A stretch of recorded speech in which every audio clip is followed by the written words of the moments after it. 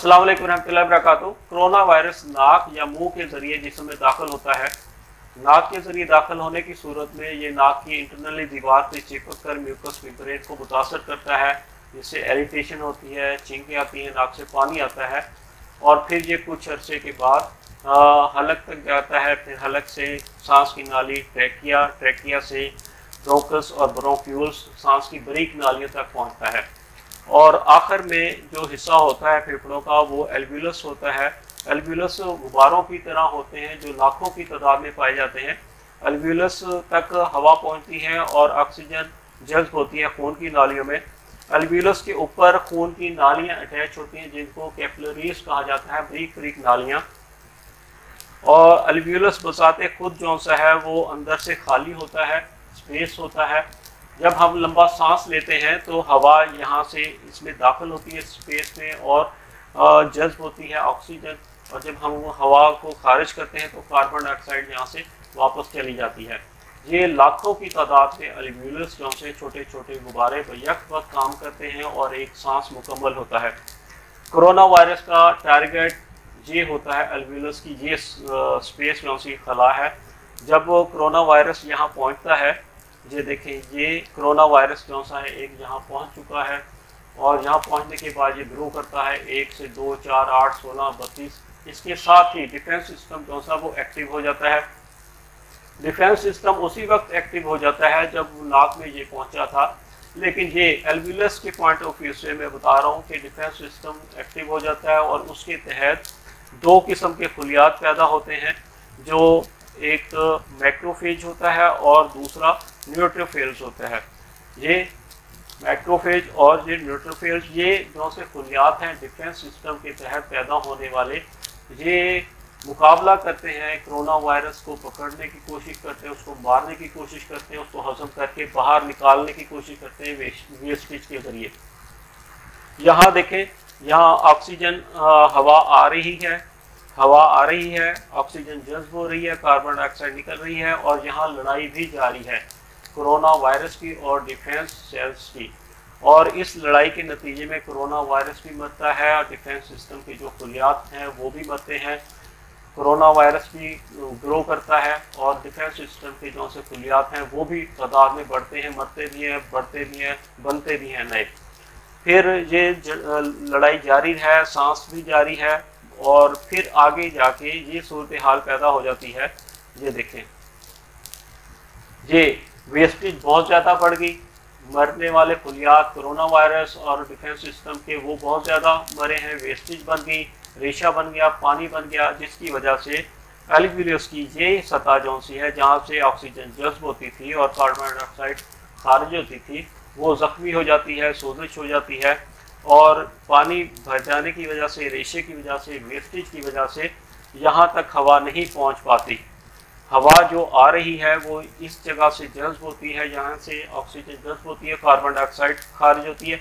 ये 70% एल्वियोलस जो सी है वो काम नहीं कर रहा और 30% जो काम हो रहा है वो यहाँ से हो रहा है। हवा आ रही है, जंग भी जारी है, यहाँ लड़ाई भी जारी है, वेस्टेज भी बन रही है।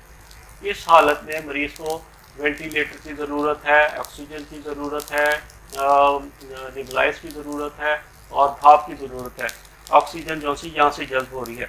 अब ये एल्वियोलस जो सी है ये 70% काम नहीं कर रही।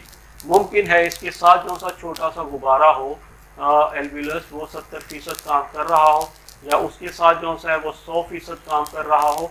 मजमूई तौर पे ये मालूम करने के लिए कि कितने एल्वियोलस काम कर रहे हैं या कितना हिस्सा फेफड़ों का कितने % काम कर रहा है, उसके लिए एक्स्ट्रा करवाया जाता है, जिसमें ये देखा जाता है कि ये देखें, ये सफ़ेद जो सा निशान है ये वही पानी है, रेशा है और इस एक्सरे में हम कह सकते हैं कि 60% जो सा है वो काम नहीं कर रहा फेफड़ा। इसके अलावा ऑक्सीजन की मिकदार मालूम की जाती है ब्लड के अंदर कि कितनी मिकदार है, उससे भी अंदाज़ा हो जाता है कि फेफड़े कितने फ़ीसद काम कर रहे हैं। इलाज के सिलसिले में मैं अर्ज़ करूँ कि होम्योपैथिक में एक्सट्रीम मेडिसिन इस्तेमाल की जाती है, जिससे ये इम्यून सिस्टम के सेल मैक्रोफेज और न्यूट्रोफिल जो से वो बूस्ट होते हैं और बढ़ते हैं, तादाद में बढ़ते हैं और अच्छी सेहतमंद खुलियात बनते हैं, जिससे ये मुकाबला भरपूर करते हैं कोरोना वायरस का इसको मगलूब करने के लिए। और फिर इसके अलावा जो मेडिकेशन की जाती है, ये दीवार जो सी कमज़ोर हो जाती है, एल्वियस की डैमेज हो जाती है, सोजश हो जाती है, इसको हीलअप करने के लिए और इसकी लचक को दोबारा कायम करने के लिए, इसमें भी लचक होती है, जैसे गुब्बारे में लचक होती है वैसे इसमें भी लचक होती है, उसको बरकरार रखने के लिए और उसको मज़ीद बेहतर करने के लिए मेडिकेशन की जाती है। और फिर इसको निकालने के लिए हम मेडिसिन इस्तेमाल करते हैं, वेस्टेज निकल जाए उसकी। साथ साथ हम नेबुलाइज का सहारा लेते हैं और भाप का, स्टीम का सहारा लेते हैं ताकि ये साफ सफाई हो जाए और इसको प्रॉपर तरीके से ठीक किया जाए इस हिस्से को एल्वियस के। और ऑक्सीजन तमाम एल्वियस की जो सी सतह वहाँ से जज्ब हो और कार्बन डाइऑक्साइड खारिज हो। अब तक जो मरीज ठीक हुए हैं वो इन्हीं मेडिसिन से ठीक हुए हैं जो किसी भी डॉक्टर की डिस्पेंसरी में मौजूद हैं या मेडिकल स्टोर पे अवेलेबल हैं। मरने वालों की तादाद बहुत कम है बनिस्बत ठीक होने वाले मरीज़ों के।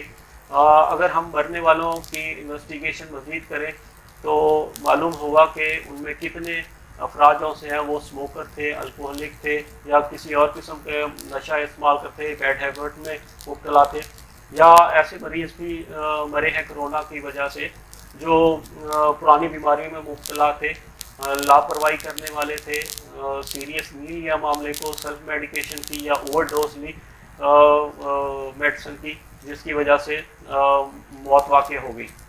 अगर इन चीज़ों को बगौर देखा जाए तो सही अंदाज़ा होगा कि कोरोना वायरस जो है वो कितना ख़तरनाक है। ये बात भी ठीक है कि हमको कंप्रोमाइज़ करना होगा और इसी के साथ रहना होगा।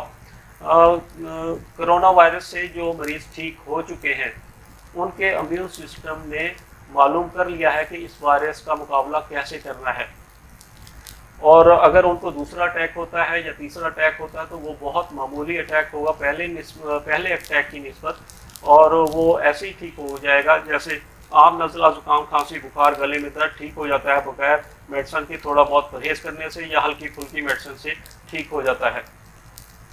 SOPs पर अमल करें, गर्म पानी का इस्तेमाल करें, ठंडे पानी से अवॉइड करें, भाप का इस्तेमाल करें, गरारे करें, मास्क का इस्तेमाल करें, हाथ धोएं, अच्छी खुराक लें, फ्रूट का इस्तेमाल करें, प्रॉपर नींद लें, वर्जिश करें, फेफड़ों की वर्जिश करें।